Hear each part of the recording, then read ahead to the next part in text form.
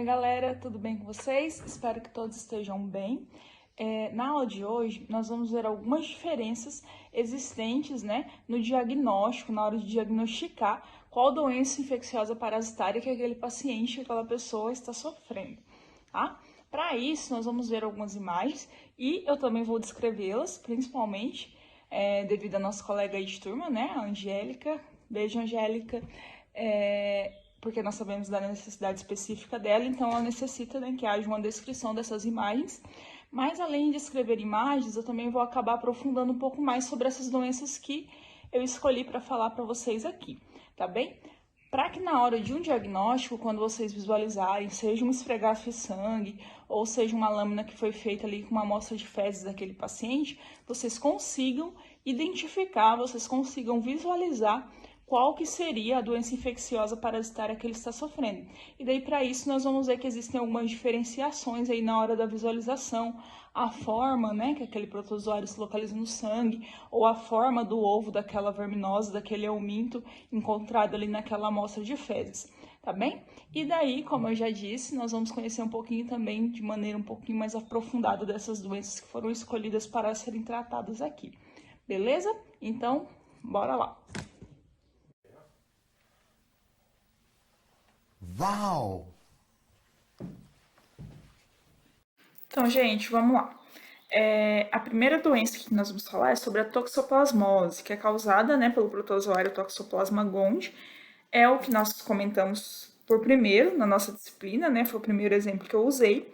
É a popular, doença do gato, que o pessoal fala, às vezes doença do rato, porque é onde um felídeo, principalmente o gato, que é o felídeo doméstico aí que nós convivemos, com mais frequência aí no nosso cotidiano, ele vai se alimentar de um roedor que já vai estar com alguma parte do seu tecido, infectada por esse protozoário, o Toxoplasma gondii, e ao se alimentar, ele também acaba se contaminando e a reprodução sexuada desse protozoário acontece dentro desse felídeo, dentro do gato. Por isso que ele é considerado o hospedeiro definitivo. E depois, ele acaba liberando ali nas suas fezes, contaminando vários locais, aí pode contaminar água, pode contaminar alimentos, e seres humanos ou até mesmo outros animais, como aves, por exemplo, podem se alimentar de algo contaminado por essas fezes que vai ter o protozoário e assim adquirir a doença da toxoplasmose. Para isso acontecer, existem três fases desse protozoário. Eles podem estar em forma de oocisto, de traquizoítos ou traquizoítas, ou bradizoítas, ou bradizoídes também, tá? Que é esse próximo aqui que nós vamos ver. Vocês vão ver que os oocistos, eles são o que nós chamamos de ovos, Geralmente a gente fala, o ovinho lá do verme, o ovinho do protozoário, seriam esses oocistos. Dentro dele, nós vamos ter esporozoítos, porque seriam outros, como se fossem outros ovinhos ainda menores, que vai estar dentro desses oocistos, que seriam de formatos circulares e tal. E quando esses oocistos se rompem, eclodem, se a gente for comparar aí com um ovo aí de uma outra espécie, de uma espécie animal mesmo, quando eles eclodem, quando eles abrem, eles acabam liberando todos esses esporozoítos, que seriam, porções menores aí do protozoário. A fase em que eles se transformam em que nós chamamos de traquizoítos, seria a fase mais aguda da doença. Seria ali quando a pessoa ela recém se contaminou, Então os traquizoítos eles estão ali se dividindo, eles acabam rompendo ali, as paredes do intestino e acabam contaminando o sangue da pessoa. E acontece, os seus processos de divisão. Só que aí já são processos de divisão, uma forma de reprodução assexuada, Porque isso aí já aconteceria dentro do corpo humano, por exemplo, se a gente estiver analisando uma amostra de sangue humana, Porque ele também pode contaminar outros animais, essa doença pode acontecer em outros animais, como eu citei em aves, por exemplo. Então, os traquizoítos, eles seriam na fase aguda. Então, nós vemos aí a importância do diagnóstico. Para você saber, com quanto tempo aquela pessoa adquiriu aquela doença, fazer uma estimativa, fazer uma previsão, basta você olhar em qual estágio, que aquele agente etiológico está. Nesse caso, o agente, o agente causador da doença, o agente etiológico, é o protozoário Toxoplasma gondii. Então, em que estágio que ele está ali naquela visualização daquela lâmina que eu vi? Ele é um traquizoíta ou ele é um bradizoíta? Porque o bradizoíta, ele já vai ser numa fase mais crônica da doença. Os bradizoítas, eles começam, né, a serem formados quando o corpo daquela pessoa já produziu bastante anticorpos contra os traquizoítas, né? Já está adquirindo uma imunidade, já está adquirindo uma resistência aos traquizoítas. Aí o que o protozoário faz? Ele modifica. E ao modificar, ele acaba formando alguns cistos em tecidos de alguns órgãos dessa pessoa. E aí já é considerada, né, a fase mais crônica da doença, onde assim pouco pode se fazer, porque o nosso sistema imune já fez o que pôde e o protozoário meio que deu um molé no nosso sistema imunológico, né? Outra vez citando o sistema imunológico aí. Então, como que nós vamos ver essa diferença no sangue? Ao consumir, né, gente, um alimento contaminado, uma água contaminada com esses oocistos, não é assim exatamente quando o gato eliminou suas fezes. Porque depois que ele elimina com esses oocistos, ali no ambiente mesmo, ali na terra, ali no lugar onde ele liberou aquelas fezes, esses oocistos, eles vão se desenvolver, né, eles vão passar por uma fase que nós chamamos de esporulação, e nessa fase chamada esporulação é onde ele vai aumentar de tamanho, né, onde vai aumentar a quantidade de esporozoítos, e aí que nós viemos a consumir, né, porque vamos consumir alguma coisa ali contaminada com aquilo e nós acabamos ingerindo, né, aqueles oocistos que já estão bem esporulados, digamos assim, com bastante esporozoítos. Aí esses esporozoítos dentro do nosso corpo, eles vão se transformar em traquizoítos e em seguida, depois que o nosso sistema imune já percebeu que tem um trem estranho ali, eles se transformam em bradizoítas, tá? Mas muitas vezes nós podemos consumir também tecidos. Infelizmente, né? Muitas vezes nós nem sabemos a procedência do que a gente está comendo. Nem sempre a gente come em casa, a gente não sabe com qual cuidado aquilo foi preparado. E muitas vezes nós podemos consumir na forma de bradizoítas, tá? Que daí já seria uma forma, tipo, final, né, do estágio ali do ciclo da toxoplasmose.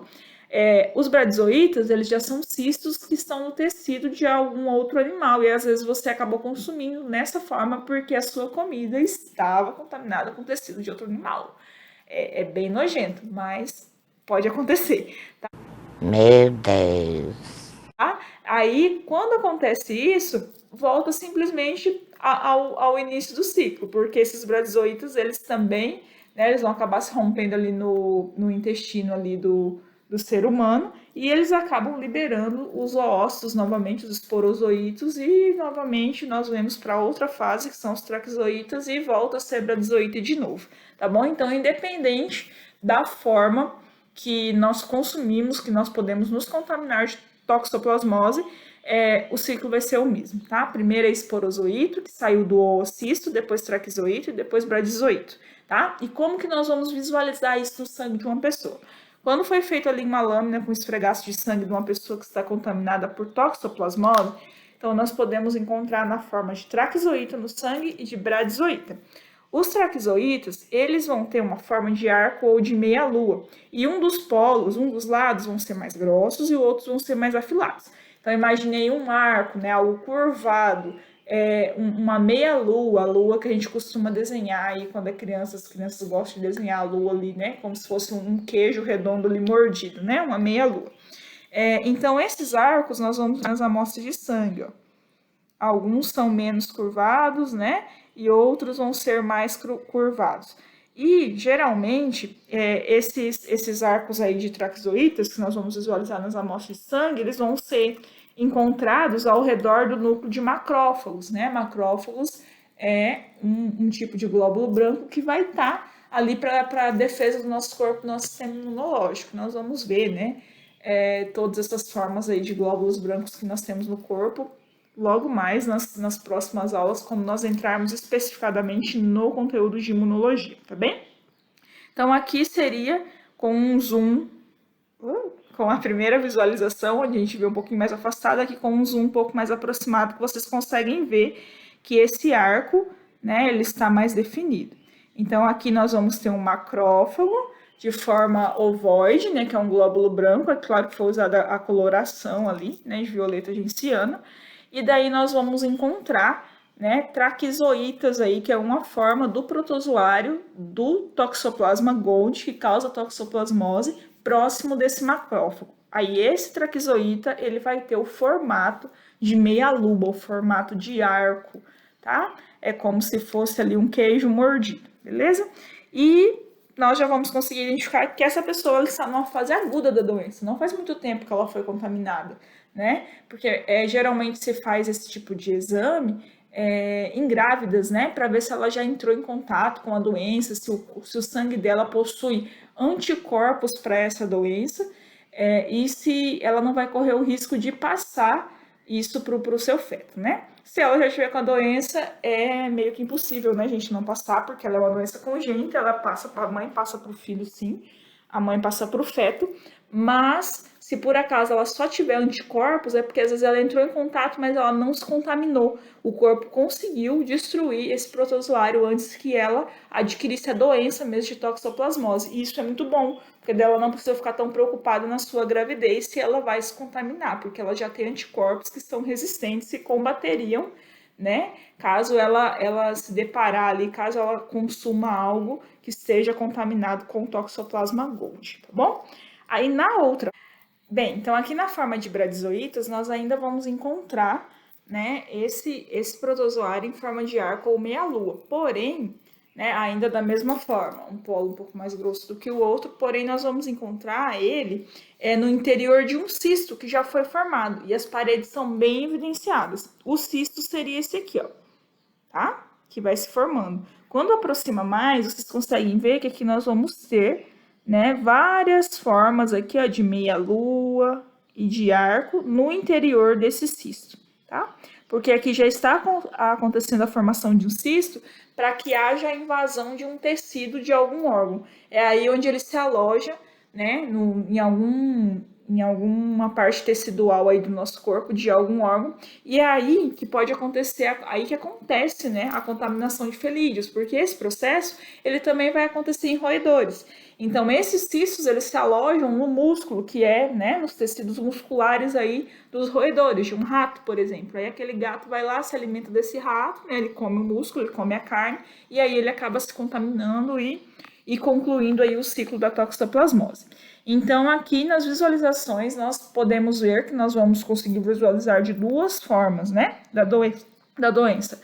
Os traquizoítas e os bradizoítas. Nos traquizoítas, nós vamos encontrar esses arcos ainda, né, ali perdidos ali no sangue, tá? Ou em formato de arco aí, ou meia-lua, o que vocês preferirem chamar. E já no bradizoíta, que já é uma fase mais crônica da doença, que já tem um tempo que essa pessoa se contaminou, nós já vamos encontrar esses mesmos arcos que são, né, os protozoários, mas dentro de cistos, dentro de formatos circulares que já foram formados para invadirem, né, porque o próximo passo ali, a próxima etapa é invadir algum tecido do corpo, beleza? Então vamos para a próxima agora. A nossa outra doença infecciosa parasitária causada por protozoário que eu escolhi foi a causada pelo Trypanosoma cruzi, que é a doença que causa a doença de Chagas, né? Trypanosoma é o nome do protozoário. Esse protozoário nós já vamos encontrar de três formas: na forma de epimastigota, tripomastigota e também na forma de amastigota. Vamos lá, é bem fácil de memorizar. Porque nessa forma de epimastigota é a forma que ele vai estar no sistema digestório do barbeiro, tá? Do vetor, aquele que vai passar a doença para o ser humano, tá bem? Então, essa forma de epimastigota é a forma que ele fica no barbeiro, é a forma que ele fica no artrópode, beleza? Tripomastigota é a forma que ele vai ser encontrado na nossa circulação. E a mastigota é a forma que ele vai receber quando ele já começar a adentrar os nossos tecidos, certo? Tecidos dos seres humanos. Então, vamos relembrar lá como que essa doença, que também eu citei como exemplo, ela chega até os seres humanos. O barbeiro, né, que estiver com esse protozoário, ele vai picar principalmente o rosto das pessoas, e quando ele pica o rosto, ele forma um orifício na pele. Através desse orifício, ele vai lá e libera suas fezes e urina. Então, ele caga na sua cara. Ixi, Maria. Eu tinha comentado isso com vocês. Ele vai liberar as fezes lá no seu rosto, que vai entrar por aquele orifício que ele mesmo fez quando ele picou. E daí, nessas fezes, nós vamos ter, né, o protozoário, Trypanosoma cruzi, se caso esse barbeiro estiver infectado, porque não são todos que estão infectados, né? Para ele estar com o protozoário é porque ele foi infectado antes. Aí ele vai passar esse protozoário para nós humanos na forma de tripomastigota. Lá no intestino dele fica na forma de epimastigota. E lá acontece a transformação para tripomastigota e chega até os seres humanos.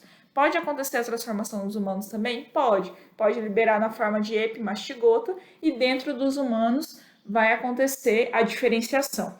Até porque essas formas, epimastigota e tripomastigota, são muito parecidas, tá? Elas são bem semelhantes. Ela vai ter a forma ali do protozoário mesmo, que a gente está acostumado a ver. Eu vou até colocar uma imagem aqui na edição do vídeo. Ele com formato cilíndrico, com compridinho, com flagelo, ele vai ter essa forma, tá bom? Todos os dois. A diferença é que no formato de tripomastigota, que seria a forma, né, que é encontrada no nosso sangue com mais frequência, ele já vai fazer uma curvatura que vai formar tipo a letra C, tipo a letra S. Então é como se fosse algo bem compridinho, fininho, que tem um flagelo, um rabinho ali, igual o espermatozoide. E daí, na forma de tripomastigota, que é principalmente encontrado no nosso sangue, ele fica se curvando, né? Ele é sempre encontrado, sempre é visualizado em formato curvado, que é como se formasse, fizesse um marco, como se fosse a letra C, como se fosse a letra S, tá bom? Então, vamos lá para a gente ver como que fica nessa forma. Depois que ele entra no nosso... Antes, vamos concluir o ciclo, né? Depois que ele entra ali na nossa pele, ele vai atingir as nossas células. Essa forma de epimastigota e tripomastigota, ela ainda é uma forma extracelular, que é encontrada no sangue, ali livre. Quando ele entra dentro da nossa célula, né, dentro de alguma célula de algum tecido do nosso corpo ali, ele entrou principalmente primeiro pela pele, né? Ele vai entrar nesse formato de tripomastigota. Quando ele entrou ali na célula, ele vai assumir o formato de amastigota. E nesse formato de amastigota vai acontecer sucessivas divisões, onde vai formar, onde vai produzir mais protozoário. Tá? Então ali vai acontecer uma intensa produção de mais Trypanosomas cruzi. Essa intensa produção, né, que vai acontecendo, novamente volta para esse formato aqui de tripomastigota. Tá? Então ele vai adentrar dentro da célula, assume o formato de amastigota, onde ele perde o flagelo, onde não vai ter mais o flagelo, mas ali dentro vai estar cheio de tripomastigota. E daí, esses tripomastigotas, quando eles estão em grandíssima quantidade dentro dessa célula, a célula não aguenta mais e acaba se rompendo. E quando ela se rompe, ele volta para o sangue. E daí o sangue da pessoa que tem a doença de Chagas sempre vai estar com, né, alguns tipos ali de tripomastigotas, alguns protozoários ali no seu sangue, nesse formato de tripomastigotas, porque é um processo. Ele entra dentro da célula, acontece ali várias divisões, aquela célula fica cheia de parasito, ela se rompe, aí volta para o sangue, então não é necessário, né, fazer um exame mais profundo ali de uma amostra tecidual da pessoa para provar que ela está com doença de Chagas. Se ela estiver, a todo tempo vai ter algumas amostras de tripomastigotas no sangue daquela pessoa. Aí, nesse formato que ele fica ali no sangue, ele deixa o sangue da pessoa contaminado.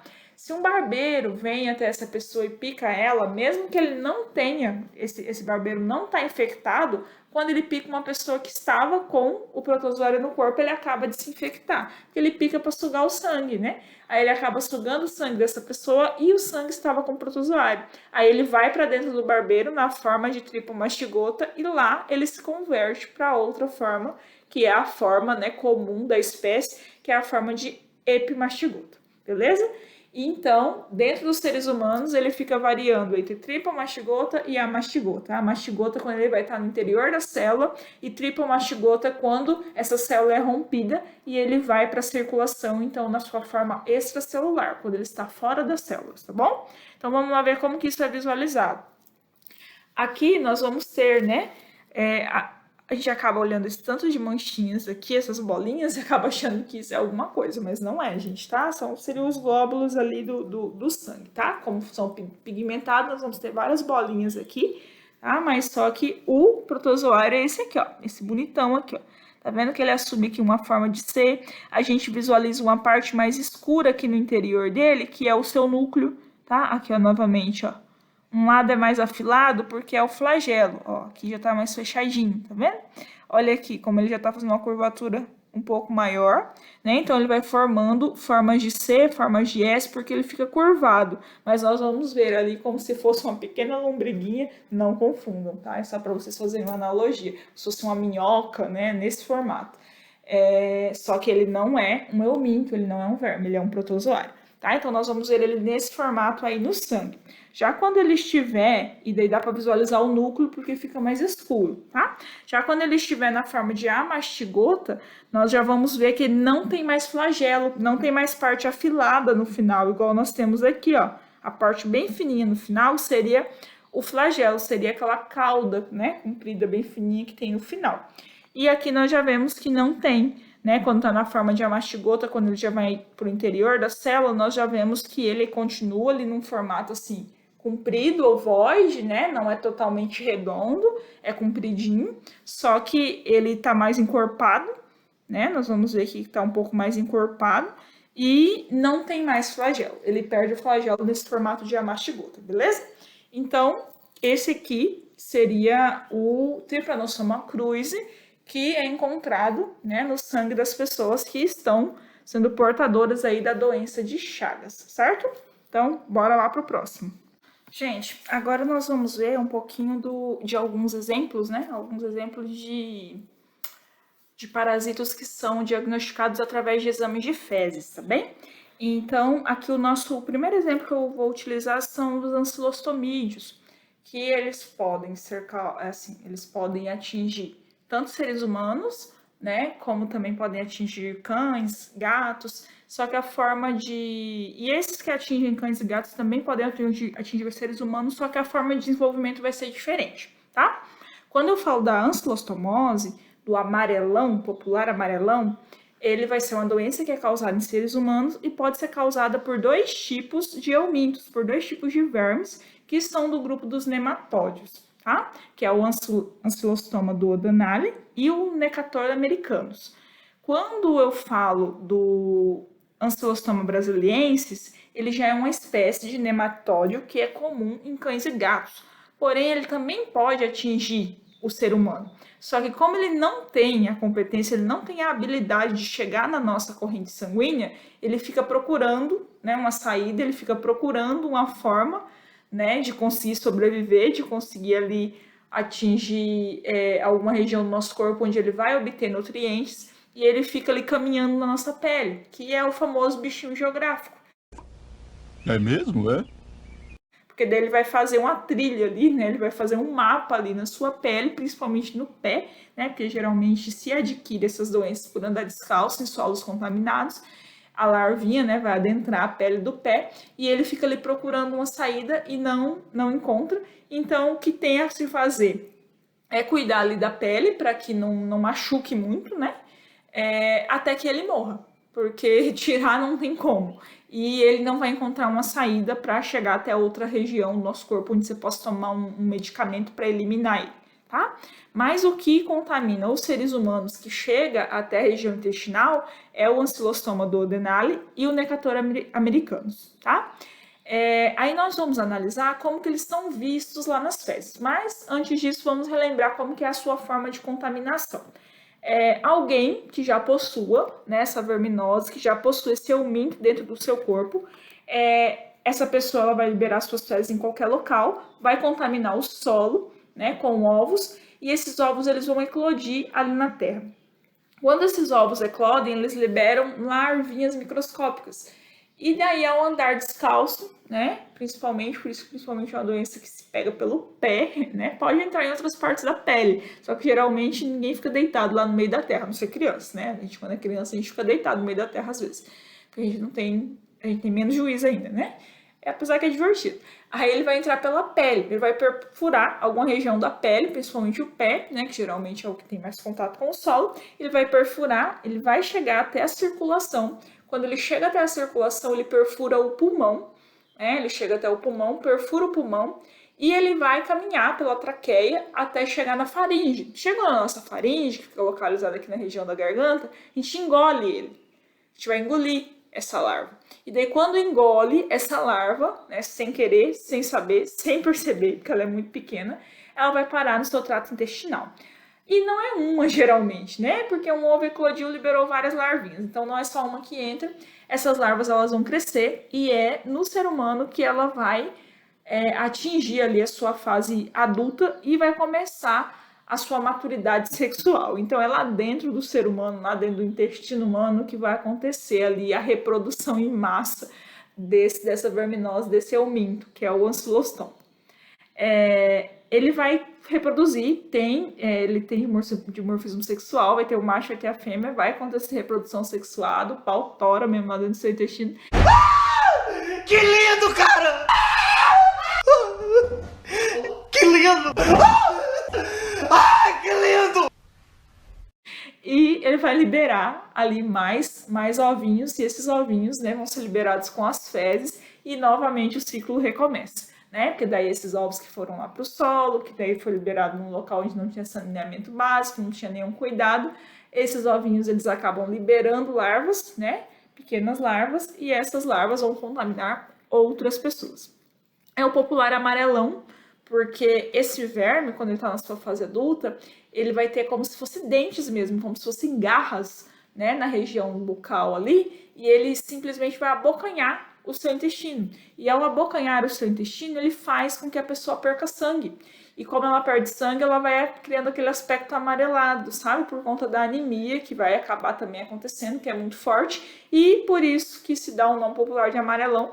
E é a doença da história aí do Jeca Tatu, né? Que é a história bem antiga aí do Monteiro Lobato, beleza? Então agora nós vamos ver aqui algumas características dos ovos, de que forma ele pode ser visualizado numa amostra de fezes de uma pessoa que sabe que está com uma doença ali, com uma doença parasitária intestinal, mas não sabe qual é. Aí leva uma amostra de fezes até o laboratório, é feito todo o processo de centrifugação, aí através das gotículas que pega depois da centrifugação da parte líquida daquelas fezes, através dessas gotículas, né, feito lâminas, e na visualização dessas lâminas, esses ovos podem ser visualizados da seguinte forma. Ele vai ter o formato bem arredondado, tá? Não é muito compridinho, não. Ele é bem arredondado, ele é elíptico. Ele não é redondo, ele é um pouco mais para oval, formato de um ovo, tá? Formato de um ovo de galinha mesmo, assim. Ele vai ter uma membrana bem transparente em volta, tá? Então ele tem uma membrana bem transparente e ele pode ser visto ali de duas formas. Podemos ver que tá bem granuladinho ali por dentro, né? Igual ele mostra aqui, ó, que o ovo é elipsoide, né? Formato de elipse, de casca fina e transparente, de forma ovoide, né? Parecido com o ovo, e com uma massa embrionária no interior que se fragmenta formando uma mórula. Essa mórula, gente, é a mesma que parece um cachinho de uva, que está lá no nosso desenvolvimento embrionário. Eu não sei se vocês já tiveram embriologia ou estão tendo agora, mas depois que o espermatozoide da mãe, o espermatozoide do pai, fecundou o óvulo da mãe, aí formou ali o zigoto, aí aquele zigoto ele começa a se dividir, né? As suas células vão se dividindo para formar, né, um indivíduo ali novo, que sou eu, sou você, né? Assim, antes da gente nascer, nós passamos por esse processo. E nessas primeiras divisões fica parecendo um cachinho de uva, várias bolinhas ali, aquele zigoto, porque é as divisões de célula, né? O zigoto se dividiu uma vez, formou duas células. Esses dois se dividiu mais uma vez, aí já tem 4 células. Aí esses 4 se dividem de novo, já foi para 8. E isso é formando várias bolinhas ali, vários ovinhos ali juntos, fica parecendo um cachinho de uva.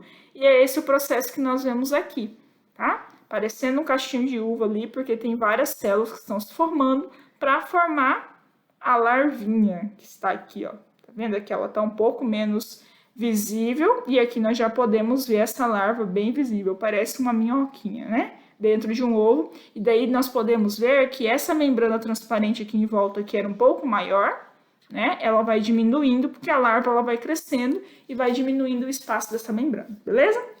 Esse tipo de ovo encontrado em fezes é um exemplo, né? É uma amostra aí que nós temos do ancilostoma do Edenale ou do Necator americanus. Essas duas formas, elas vão fazer com que aquela pessoa sofra de amarelão, de ancilostomose, beleza? Aqui nesse próximo, nós já vemos para quem sofre de ascaridíase, para quem tem lombriga, né? Ninguém fala ascaridíase, fala que a pessoa tá com lombriga e pronto. Que vergonha, hein? Que papelão! O processo da lombriga nós também já conhecemos, né? Esses ovos que foram liberados pelas fezes de uma pessoa que já tinha lombriga vai contaminar ali, pode contaminar água, pode contaminar alimentos, e outra pessoa vem e consome aquela água, aquele alimento contaminado, e o que acontece? Né? Depois que essa pessoa consumiu esse alimento, essa água contaminada, ela adquiriu, né, o ovinho da lombriga vai parar no seu intestino, os ovinhos, né, que geralmente não é um só, e esses ovos vão eclodir no intestino da pessoa, vai crescer, vai ter reprodução sexuada, porque dentro das lombrigas aí nós vamos ter macho, nós vamos ter fêmea, e elas vão reproduzir ali, vão fazer amor dentro do intestino do povo, e vai liberar mais ovos que vai sair das fezes dessa pessoa e assim vai contaminar outras pessoas sucessivamente, tá bem? E como que nós vemos esses ovos nas fezes, numa amostra, né, de fezes que alguém levou lá no laboratório? Aqui, vejam como é diferente, dá para identificar bem. Na verdade, com um ato de parasitologia, qualquer estudante de biologia aí consegue identificar super bem qual que é a parasitose que determinada pessoa está sofrendo, né? Vocês não precisam lembrar disso, não precisam memorizar isso, mas nós vamos aí conseguir diferenciar, porque tem uma diferença bem nítida. Lá no do ancilóstomo, né? Nós víamos que era bem transparente, parecia que aquela membrana era bem frágil ali, bem clarinha, né? Bem fininha, né? Não dá para pegar em microscópio, mas você consegue perceber isso através da visualização, através da descrição. E já aqui nós percebemos que a membrana das cáries lubricoides, né, da lombriga, quando está em formato de ovo, ela é mais rígida, ela é grossa, ó, tá vendo? Independente da coloração, independente do microscópio que foi usado, dá para ver que é mais grosso, ela não é totalmente limpinha, né? Ela tem assim como se fossem uns pontinhos, uns granulados ali dentro dela, na membrana dela, tá bom? Aqui nós vamos ter um exemplo de ovo que é infértil, porque da mesma forma, né, que nós vamos ter aí dentro da nossa espécie, né, pessoas que às vezes liberou óvulos que não são férteis, não estão prontos ali para formar um novo ser humano, e também em outras espécies animais, nós vamos ver que também aqui em outros grupos, em outros filos, nós vamos encontrar também coisas do tipo, né? Aqui nós estamos falando do filo nematóide, e a lombriga ela pode liberar ovos que não vão ser férteis, que não vão dar origens aí a lombrigas novas, tá? Que é o caso desse aqui. Ele forma como se fosse um granulado dentro dele, né? Bem escuro, e ele não vai formar lombrigas novas, né? A gente vê aqui, ó, que ele tem definições aqui, ó, mais escuras, né? Como se fosse como eu posso dizer, não sei com que parece, coloca aí nos comentários o que isso parece. Mas a gente vê demarcações mais escuras dentro do interior desse ovo, diferente desse aqui, que já seria um ovo fértil, que a gente já não vê essas demarcações tão escuras. É como se ele tivesse incrustado, né? Como se ele tivesse petrificado. Então, ele não vai ser um ovo fértil que vai dar origem a uma lombriga nova, tá bem? Aqui é porque muda o tipo de microscópio. Mas aqui nós já vamos ter um ovo fértil também. Então, naquele que foi infértil, a gente já vai ver demarcações dentro desse ovo, que são mais escuras, que dá um aspecto meio como se ela estivesse mais enrijecida, tá? Então, esses seriam exemplos de ovos de lombriga inférteis. E aqui nós vamos ter já a lombriga na sua forma adulta, tá? A fêmea é a mais grossa e mais comprida, tá, gente? Então, nós vamos ter aqui a fêmea, ela é sempre maior que o macho. Então, aqui nós temos uma fêmea e nós temos um macho. Parece uma minhoca também. Só que ela é bem clarinha, né? Branquinha, begezinha. E o macho é bem mais fininho do que a fêmea. A fêmea é mais grossa e é mais comprida. Beleza? E aqui nós vamos ter também o Enteróbios vermiculares, tá? Que é aquele que nós chamávamos de oxiuro há um tempo atrás. E olha só como muda, né, o ovo de uma verminose para outra, de um eumínto para o outro. O ovo se por acaso, né, ou pode ser através da fita também, mas geralmente através da fita a gente consegue pegar a larva, né, a larva do Enteróbios mesmo, do oxiuro, tá? Porque essa é aquela doença onde geralmente crianças adquirem muito, ela vai ter uma coceira anal horrível, que não para nunca, e daí a mãe fica, para menina, de coçar essa bunda, que não sei o quê. E a criança não para de coçar, porque ela não consegue, tá coçando. E a mãe fica brigando quando vê a criança tá com a verminose, tá sofrendo. Esse tipo de helminto, eles gostam de sair, eles saem durante a noite. Então, às vezes, pode contaminar lençóis, pode contaminar toalhas de banho também. E daí, se outra pessoa usar, acaba aquela outra pessoa adquirindo a verminose também. Essa é uma forma de contaminação. E a pessoa que tem, ela pode se autocontaminar várias vezes, por isso que é tão difícil sarar. Principalmente crianças, que talvez o cuidado higiênico seja bem menor, apesar que nós vamos ter bastante adulto também que não tem cuidado higiênico nenhum. Vai coçar ali, né, bastante o ânus ali várias vezes, depois vai consumir, às vezes fica na unha, né, ovinhos ou até mesmo a própria larva, que é super pequena, como vocês podem ver aí no desenho. Aí acaba ficando na unha, a larvinha, ou até mesmo o ovo, né, que daí é microscópico, aí que não vê mesmo, daquela verminose. Ela vai consumir alguma coisa sem lavar aquela mão direito, aí acaba engolindo a comida com ovo e com tudo. Foi de novo o intestino da criança, o Enteróbios vermiculares. Então, é cada vez mais difícil de se livrar. E é muito difícil também de se diagnosticar. Essa observação que nós temos aqui é raríssima de encontrar no microscópio, porque o ovo saiu nas fezes. Geralmente, ele vai ficar aderido ali na região perianal do ânus da criança. Então, ele não é liberado nas fezes facilmente. É muito difícil de encontrar nas fezes. Tá? Aí, devido a esse problemão para diagnosticar, tem uma outra forma, né, de diagnóstico, que é a fita gomada. A criança vai ficar numa posição ali meio constrangedora e vai colocar uma fita nessa região perianal do ânus ali, pertinho do ânus da criança, e vai puxar essa fita, porque se tiver alguma larva aderida ali ou algum ovo da verminose, desse verme, aí vai ficar nessa fita e a visualização é feita nessa fita, tá bom? Então aqui nós vamos ter o exemplo do ovo. Quando esse ovo é visualizado, ele vai ter um formato de letra D. Ele não é totalmente certinho, ele não parece um ovo bem certinho, igual lá da ancilostomose, do ancilóstomo lá. Ele não é bem redondinho. Ele vai ter um lado que ele é um pouquinho mais arredondado e o outro é um pouquinho mais reto, então ele fica parecendo a letra D, tá? Letra D de dado. E nós vamos ter aqui também uma imagem da larvinha aqui, muito pequena, menor do que meio milímetro ali. Do que 5 milímetros, né? Ela é menor do que 5 milímetros e ali já é uma larva adulta, tá? Mas é muito difícil, assim, de você conseguir visualizar nas fezes, por exemplo. Ela é muito pequena e acaba ali se misturando com as fezes e acaba não visualizando, tá bem? Mas esse aqui é o exemplo do Enteróbios vermiculares. Beleza, pessoal? Essa foi a nossa aula de hoje, pessoal. Espero que vocês tenham gostado. Façam as atividades, nós vamos ter vários casos clínicos para serem resolvidos lá, que vai ajudar na fixação de conteúdo, beleza? Até a próxima!